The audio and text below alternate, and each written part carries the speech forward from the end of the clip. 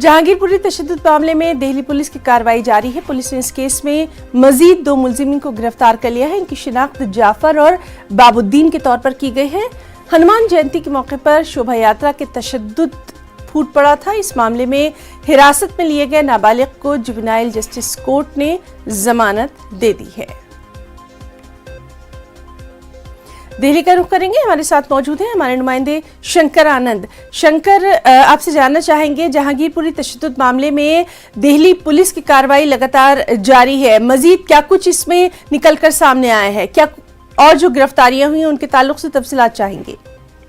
जी हाँ, देखिए, अब तक पहले 25 आरोपियों की गिरफ्तारी हुई थी, और इसके साथ ही 2 नाबालिग भी थे उसमें।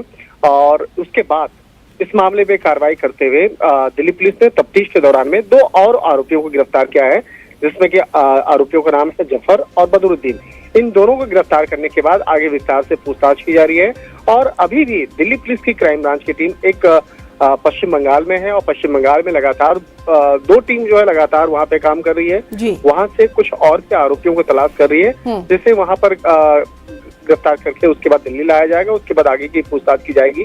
तो कुल गिरफ्तार आरोपियों की संख्या इस मामले में अब 27 हो चुकी है। 27 आरोपियों को अब तक गिरफ्तार किया जा चुका है। और इस मामले में जो भी सीसीटीवी कैमरे थे, मोबाइल वीडियो थे, जो वायरल वीडियो थे, उसके आधार पर उन तमाम आरोपियों की गिरफ्तारी की जा रही है।